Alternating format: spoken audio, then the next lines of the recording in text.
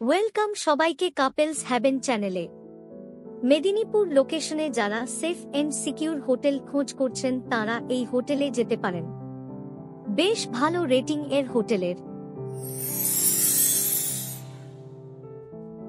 Hotel Kangsabati, location Battala hospital road near Hyderabad biryani. Rating বেশ ভালো, safe and secure. এখানে লোকাল এলাও হয় না।